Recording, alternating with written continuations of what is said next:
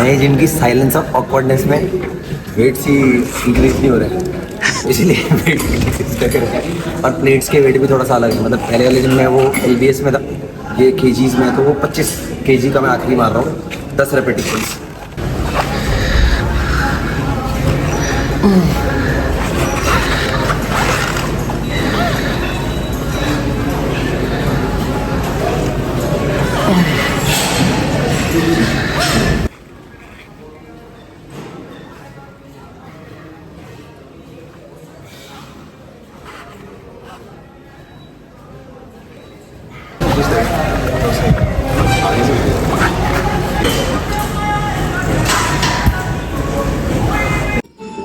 देखो ये है, ये डंबल का है 5 किलो का।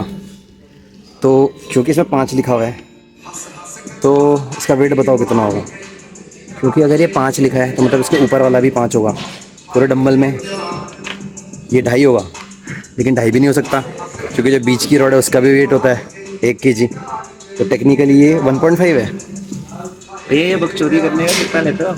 देखो लॉजिकली अगर कोई नया नया बंदा जिम में आ रहा है तो वो ये ना समझे कि ये 5 केजी, इसलिए मैं एक्सप्लेनेशन दे रहा था। एनीवेज मेरी सेकंड जो एक्सरसाइज थी केबल लेटरल रेजेस के बाद, वो थी इंक्लाइन बेंच पे डंबल प्रेस। और इसमें मैं बॉटम रेंज ऑफ मोशन पे फोकस करता हूँ मैं। और ये मैं इसलिए कर रहा हूँ क्योंकि अगर मैं एंड रेंज ऑफ मोशन पे जाऊँगा तो मैं अपनी एल्बो लॉकआउट करूँगा, मैं रेस्ट लेने की कोशिश करूँगा। और इससे क्या होता है, जो एक टेंशन, जो एक स्ट्रेस मेरे चेस्ट मसल्स में डेवलप हो रहा है, I will apparently be losing it, और मेरा जॉइंट भी है वो ओवरवर्क करेगा एंड मैं फेलियर के नियर भी नहीं पहुँच पाऊंगा। Anyways this day was not that great in terms of pushing higher volumes. तो इसमें मेरी हालत एक्चुअल में बहुत ज़्यादा ख़राब हो गई थी। भाई एक तरफ वेट लगा दी, एक तरफ वेट नहीं लगा। पुष्पा बनाओगे? माइक का है। माइक की तो मैं भूल गया था, जिसकी वजह से मैं नरेट कर रहा हूँ आफ्टरवर्ड। और ये मशीन जो है बहुत ज़्यादा चैलेंजिंग मशीन थी। स्मिथ मशीन पे मैंने जनरली अपना शोल्डर प्रेस करा है, इतना ज़्यादा मुझे चैलेंजिंग नहीं लगता। लेकिन ये मशीन क्या है ना, ऊपर जाते हुए इसकी डिस्टेंस भी कम हो रही है दोनों साइड की। कहाँ स्मिथ मशीन में ईच साइड 30 केजी मार रहा था, यहाँ पे ये 20 केजी में ही हालत ख़राब हो गई। इसमें दूसरी चीज़ ये प्रॉब्लम मुझे लगी है कि जो मेरी रिस्ट है, जहाँ से मैंने इस मशीन को पकड़ा हुआ है, वो बहुत पतला बार है। तो मेरी रिस्ट को ओवरवर्क करना पड़ता है just to balance my elbow.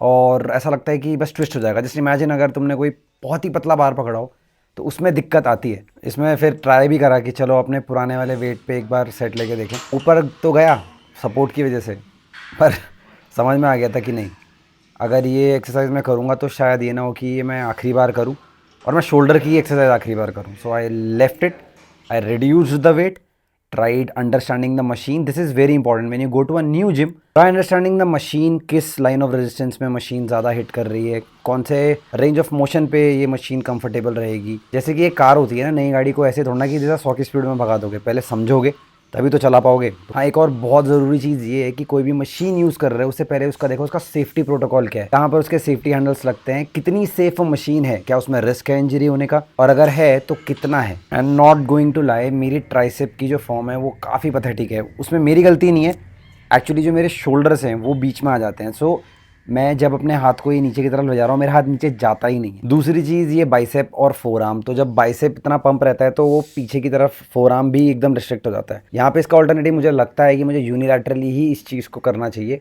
और स्टैंडिंग ना करके I try to figure out मैं कैसे और अच्छे तरीके से अपने ट्राइसेप्स को हिट कर पाऊँ। एंड अभी जो चेस्ट के लिए मैं आइसोलेशन कर रहा हूँ वो लैडर है। लैडर का मतलब 2 सेट नीचे से, 2 सेट मिड से, 2 सेट ऊपर से। ये केबल अरेंजमेंट थोड़ा वाइड वाली है। मैं यही सजेस्ट करूँगा, अगर नैरो केबल अरेंजमेंट है जिम में तो उसको ज़्यादा यूज़ करना वो ज़्यादा बेटर रहेगा, क्योंकि उसमें you will be able to control and isolate that cable का weight around your chest better. But लालच मत करो, अगर नहीं है तो ये भी चलेगा। एवरी ऑल्टरनेटिव डे एब्स की एक ऐसी एक्सरसाइज करनी है जिसमें हम वेट बढ़ा सकें, हम पे एक रिकॉर्ड हो कि ठीक है इसमें हम कैसे इंप्रूव कर सकते हैं इन टर्म्स ऑफ वॉल्यूम। तभी जाके जो ये ऐप का जो मसल है वो अच्छे से दिखेगा, अच्छे से डेवलप होगा। और हाँ, इसके लिए एक लोअर बॉडी फैट परसेंटेज भी बहुत ज़रूरी है, जो शायद मुझे भी अचीव करने की ज़रूरत पड़ चुकी है अब। पोस्ट वर्कआउट में ओट्स, वे प्रोटीन और वो जो चिपका हुआ है ना चम्मच पे, वो है हल्का सा पीनट बटर। प्राइवेट छत होने का फ़ायदा पता है क्या है? तुम पतंग उड़ा सकते हो। आज हम पतंग उड़ाएंगे। पतंग पर माथा कैसे करने लगा है? सारा मेन काम यहाँ पर है, इसको बांधो,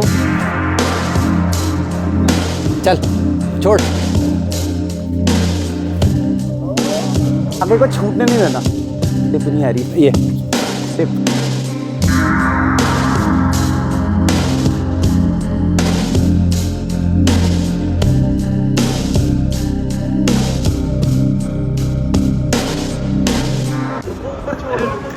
वो अपना कंटेंडर है, वो तब से ट्राई कर रहा है कि पतंग ऊपर आए ताकि वो हमारी पतंग के साथ बैटल कर सके। उड़ गई लगता है इस बार। अरे हमारी पतंग रही वो। अबे वहां से उसको ऊपर की। अबे चुप कर जा रही है ना।